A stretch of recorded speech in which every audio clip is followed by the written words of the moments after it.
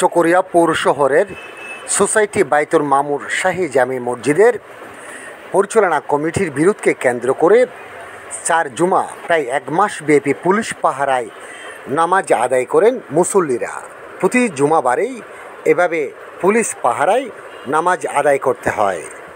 2টি পৃথক committee mic টাঙ্গিয়ে জনসভা করে পক্ষে বিপক্ষে বক্তব্য দিয়েছিলেন। আলোড়ন সৃষ্টি হয় পুরো এলাকা জুড়ে। মসজিদের ভিতরে মসজিদ পরিচালনা কমিটির 2 পক্ষের মধ্যে হাতাহাতি ও মারামারির ঘটনাও ঘটেছিল। সর্বশেষ নাসির উদ্দিন ও লায়ন আলমগীর চৌধুরীর কমিটি হাইকোর্ট পর্যন্ত গড়িয়েছে। 23 ফেব্রুয়ারি আজ জুমাবারও পূর্বের ন্যায় পুলিশ ছিল পাহারায়, কিন্তু চকরিয়ার সামাজিক 2টি সংগঠন এগিয়ে আসলেন মুসল্লিদের ফুর দিয়ে শান্তির বার্তা পৌঁছিয়ে দিতে। আল্লাহ ইমান দয়ালু, অবশ্যই আল্লাহ আপনাকে মাফ করে দেবেন। এর ইমান বিশ্বজনীন থাকতেই হবে, যদি না থাকে এটাও কমে যাবে, তাহলে আল্লাহ পাকের কাছে আমরা সকলে তওবা করি। পবিত্র রমাদানুল মুবারক মাস আসছে।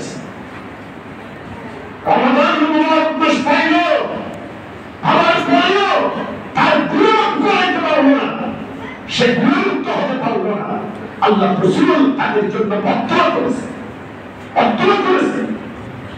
তো সুতরাং পবিত্র শাবান মাসে যদি আপনি ইবাদতের ফসলে আপনি যদি ভালোভাবে পরিচর্যা না করেন, রমাদানুল মুবারকে এই যে আমলগুলো ঘরে তোলার জন্য, ফসলগুলো ঘরে তোলার জন্য আপনি যদি মাঠে না কোথায় যাবেন, কার ফসলে আপনি কাছে লাগাবেন।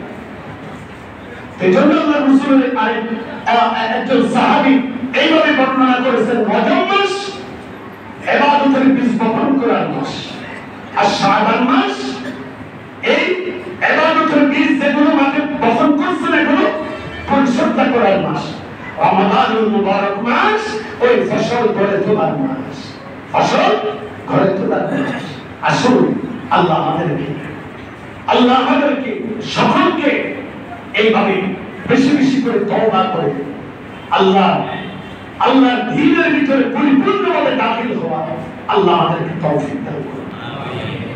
খতিব সাহেবের কুবদা শেষ হওয়ার পরপরই 2য় তলা ও 1ম তলার সাথে সংযোগ হওয়া গ্লাস দিয়ে ঢেকে রাখা একটি ফটকের না জেনে এক ছেলে গ্লাসের উপর পা রাখলেই গ্লাস ভেঙে নিচতলায় পড়ে।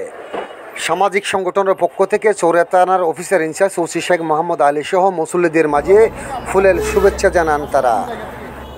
আমরা এখন চিনিঙ্গা স্টেশনে সোসাইটি শাহী জামি মসজিদে আছি। আপনারা জানেন এই মসজিদে দীর্ঘদিন যাবৎ মসজিদ কমিটি নিয়ে বিরোধ চলছে। সেই বিরোধটি রক্তক্ষয়ী সংঘর্ষে রূপান্তরিত হয়েছিল, যা খুবই দুঃখজনক। তো আসলে আমরা দিন শেষে মুসলিম, আমরা সবাই ভাই ভাই, আমরা সেই বার্তা নিয়ে আজকে মসজিদে এসেছি। আজকে পবিত্র জুমাবার, আমরা উভয় পক্ষ যারা বিবাদমান উভয় পক্ষ তাদের আমরা ফুল দিয়ে আমরা ধন্যবাদ জানিয়েছি শান্তিপূর্ণ অবস্থানের জন্য। এবং আমরা একটি বার্তা দিতে চাই, মসজিদ একটি পবিত্র জায়গা, মসজিদে কোনো সংঘর্ষ নয়, অশান্তি নয়। আমরা মসজিদে একটা ভ্রাতৃত্বপূর্ণ সম্পর্ক বজায় রেখে চলবো। আমরা সেই বার্তা নিয়েই আজকে এসেছি, শান্তির বার্তা নিয়ে আজকে এসেছি। আমাদের সাথে আজকে স্বাধীন মঞ্চ, পিস ফাইন্ডার এবং শুভ সংঘের প্রতিনিধিবৃন্দ আছে। আমাদের সংগঠনের পক্ষ থেকে কোনো বার্তা দিতে চান কিনা যারা ইতিমধ্যে সংঘাতে জড়িয়েছে? আমি তাদের বলবো, আপনারা অবিলম্বে এইসব সংঘাতের পথ পরিহার করে শান্তির পথে আসুন। এই একটা মসজিদ, মানুষ যাতে নির্বিঘ্নে নামাজ পড়তে আসতে পারে। একটা মসজিদ পবিত্র জায়গা, মসজিদের পবিত্রতা কেউ নষ্ট করবেন না।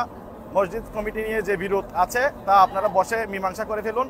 এবং আমার একটা আহ্বান থাকবে, আপনাদের কোনো রাজনৈতিক বিরোধ থাকলে তার রাজপথে আপনারা সমাধান করুন, কিন্তু মসজিদকে আপনারা একটা হানাহানি জায়গা হিসাবে বেছে নেবেন না। এবং প্রশাসনের প্রতি অনুরোধ থাকবে, প্রতি শুক্রবার এভাবে আসলে পুলিশ দেওয়া এটা সমাধান না।